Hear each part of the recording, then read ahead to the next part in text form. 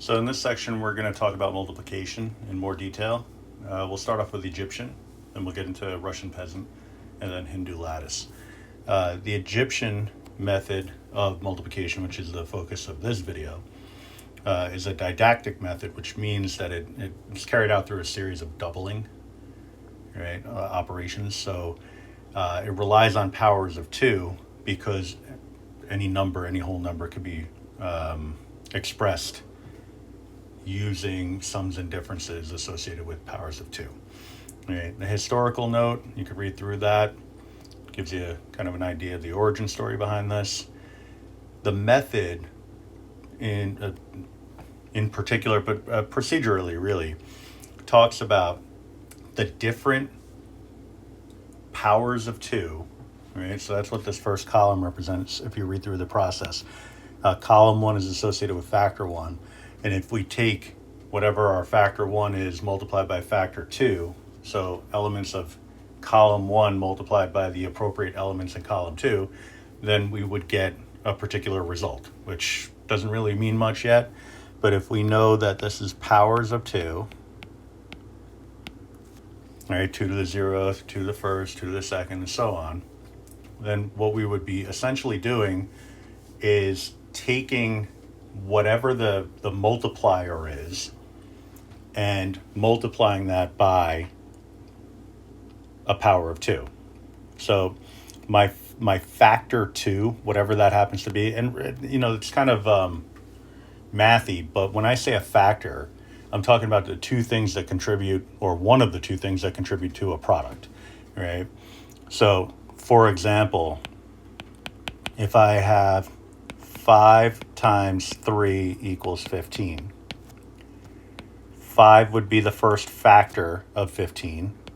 3 would be the second factor of 15. And that 15 would be a product.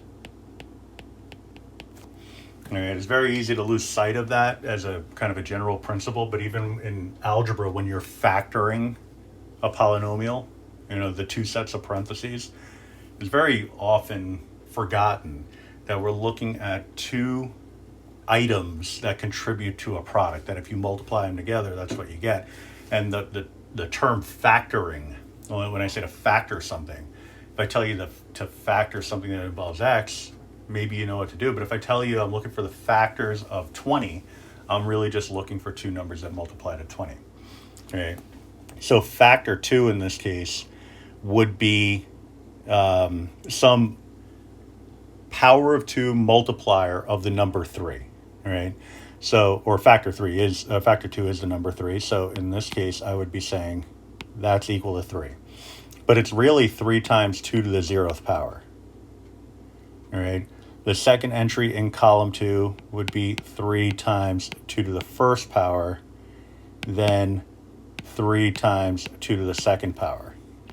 All right, in column 1, what we're really looking at, even though it's 1, 2, 4, and I just said it's powers of 2, it's really just some number 1 multiplied by 2 to the 0th.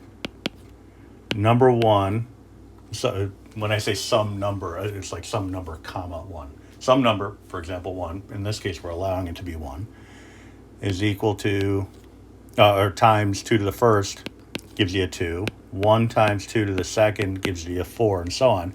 But since that multiplier on the outside is always a 1 and 1 doesn't impact the product, we just kind of leave it off. All right. So it kind of naturally begs the question, if I want 5 times 3, where's the 5 coming from? Because it's pretty clear, or where is the 5 ending up in this whole process? It's pretty clear that 3 worked its way in somehow. It's over here. But what about the 5? All right. So what we would essentially be doing, so I'm going to answer that now. We're finding 3 times 1, which is 3, then 6, then 12. You can see we're doubling every step of the way. If I wanted to go one more, it would be 3 times 2 to the third, which would be 24, and so on, dot, dot, dot. All right. Now, in column 1, if I find the values that would actually add up to 5, then I would take the corresponding values in column 2 and just add them together. So, for example, if I want to get to a sum of 5, like this made up example that I have here, 2 plus, oh, sorry, not 2, 1 plus 4 gives me a 5.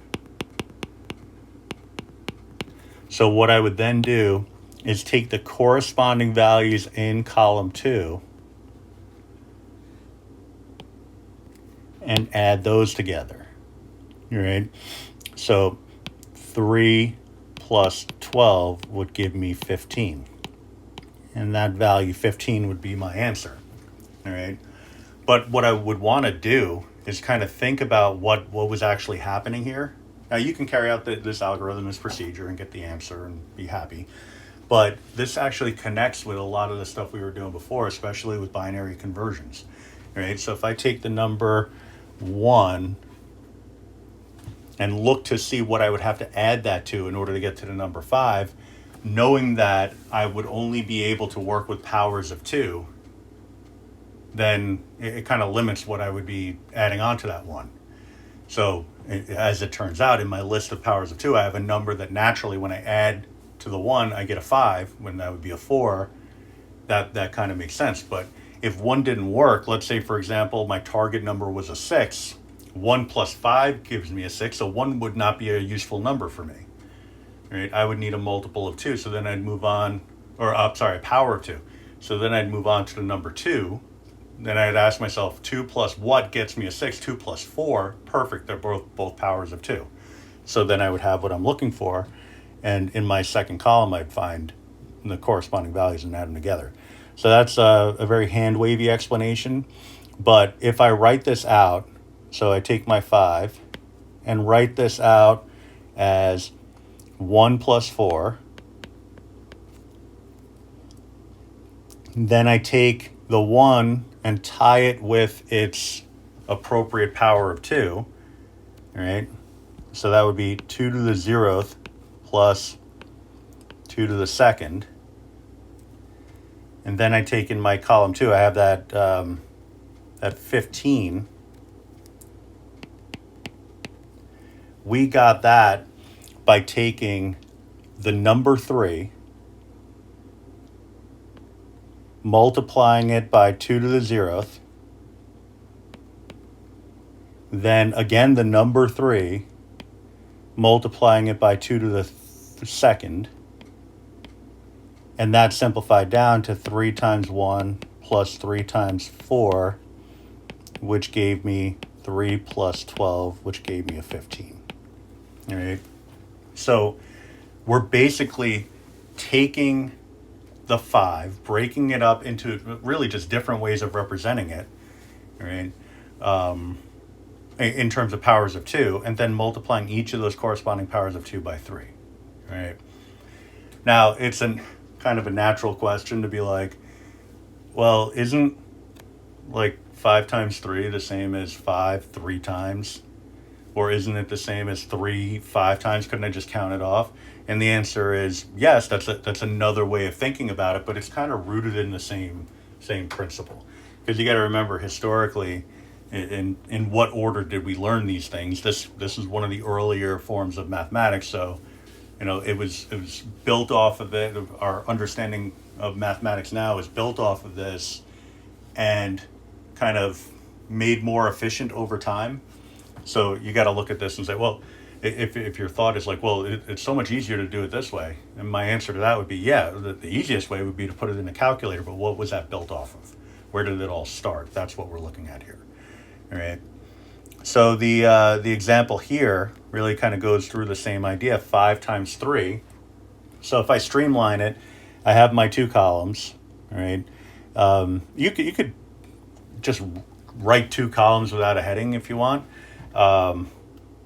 We have 1, 2, 4, 8, 16. Go as far as you think you would need to go, all right, in order to be able to add to this target number. Obviously, I went too far, but I'm just doing it because it's instructional purposes. All right. Then we're looking at 8 multiplied by 2 to the 0th, 8 multiplied by 2 to the 1st, 2 to the 2nd, 2 to the 3rd, and so on. So essentially what we're doing is we're starting with 8, we're doubling it, doubling it. That's the didactic part of this, where you're doubling constantly. All right. And then from the list in your leftmost column, I'm looking for any values that are there that could add to my target number. All right. And we kind of already sort of did this. So 1 and 4 will add to a 5. So the corresponding values that I would want here are 8 and 32.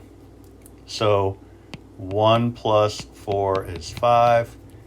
8 plus 32 is 40. And so therefore 5 times, we're writing out the times because that X for times hasn't been invented yet, is equal to 40.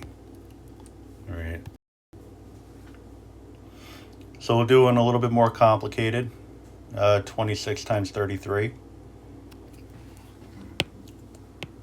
So I'll get my first column, my powers of 2.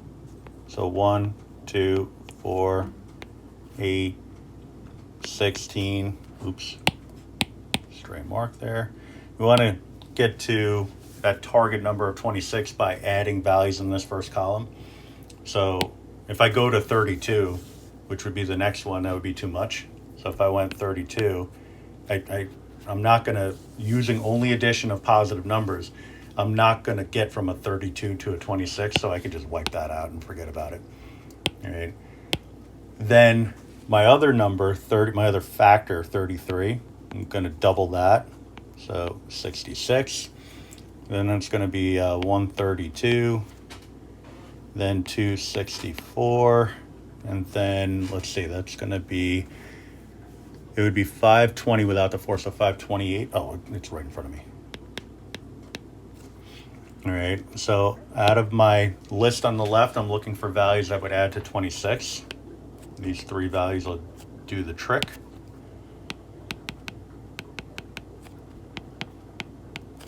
The corresponding values in the second column.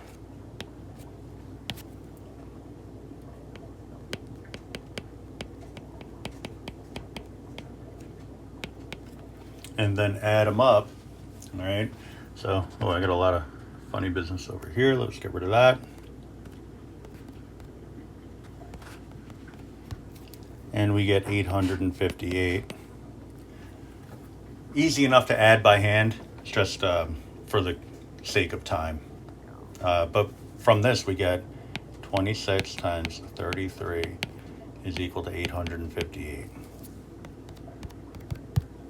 All right. Now, I think it's probably obvious, but I'll say it anyway. The whole point behind this is to show that you understand the technique, because I just showed you how to very easily answer this. I'm not asking you for 26 times 33.